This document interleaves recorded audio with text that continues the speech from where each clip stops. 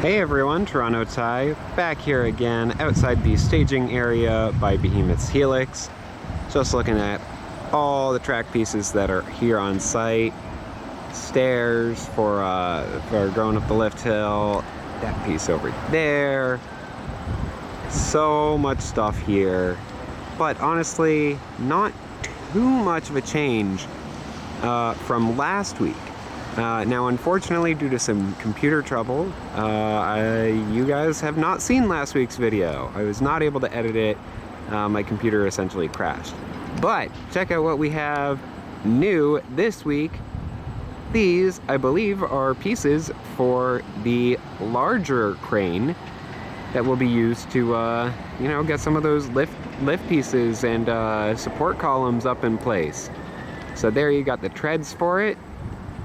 And here, I'm assuming, is another part of what will be the crane. So that's super exciting. Right here on this flatbed, you can see they've got the hook here for actually lifting all the different track pieces and everything into place. And then over on the other side of this flatbed, they've got an empty flatbed. So I'm assuming that was probably more pieces for the crane, which means that it's probably, getting ready to be assembled. Really awesome to be standing here next to this, though. This is just really cool, getting to stand next to the treads of the crane here. And just one last look across at this whole section. They have so much track on site and support columns. I feel like they're going to continue to move really quickly with this. And I mean, now that the park is closed about 5 days a week, then they're going to have a lot of time to work on it.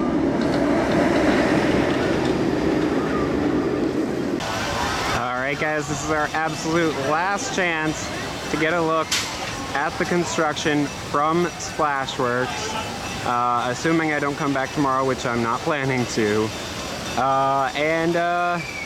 Yeah, it's looking really nice. I can't believe how much progress they've been making on this, on Yukon Striker. Like, this is incredible. I'm so excited. So I'm just gonna walk over to the other side and see if I can get a slightly better angle at the lift hill, which seems to just go right into these trees. My goodness, that looks like quite the angle there. Super exciting. I can hardly wait until next year. Alright, and just getting a slightly different look here at the construction site with the track coming out of the station, going down into this little dugout trench-ish area right here, and then over to the lift hill, which is just out of sight because of these trees. This already looks beautiful, and they haven't even done any of the landscaping yet. More steel has been brought in and is all ready to go. Well, they are definitely just about ready to get going with the lift hill, as they have some of the columns already attached together here, ready to be put up in place, and more right here, ready to go.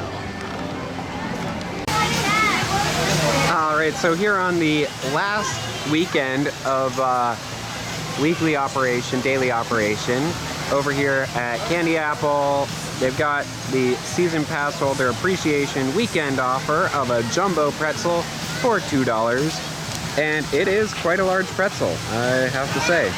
I put a little bit of mustard on it. It's pretty good. Not nearly as salty as the picture shows, which I am very happy about. Alright, I'm just waiting here to pick up my $2 tacos, and And as you can see, I've already had to wait a fair bit. I would advise in the future, for any future pass holder appreciation deals, maybe make sure that it's always available at more than one location so that there aren't lines like this. But that's just me. Okay, to reiterate, anytime that you offer a deal this good, such as $2 for ice cream, please have it available at more than one location. Anybody curious what the tunnel looks like at night? It is here all lit up. I managed to pick up the last caramel apple from Dolce Candy Shop. The other candy shop was very, very busy. It had a very long line.